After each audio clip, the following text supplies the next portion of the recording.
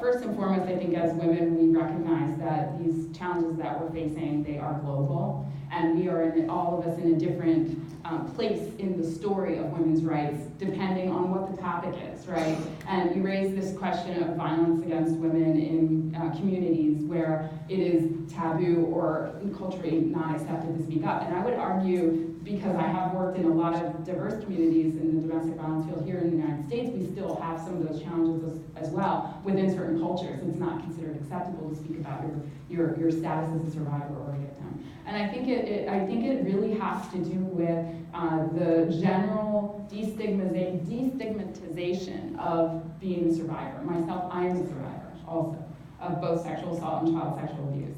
That isn't something I used to talk about at all, even as a feminist activist. I didn't really even put two and two together, like, oh, maybe I do all this work because I care about this, right?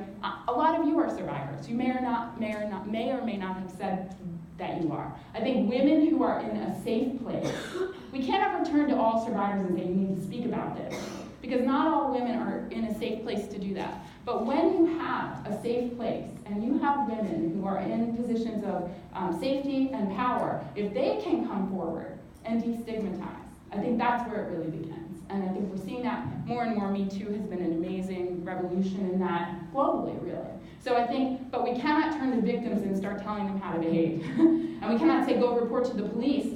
We can't even say that, because in most places, and even in the United States, I live in rural America. Is that going to work? Not all the time. Are they going to have their lives ruined as a result? Sometimes.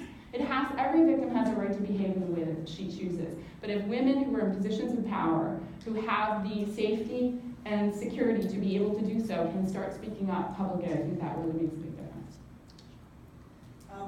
Thank you. I'm sure there's lots of other questions, but in the interest of there being lots of other great content this afternoon and the lunch,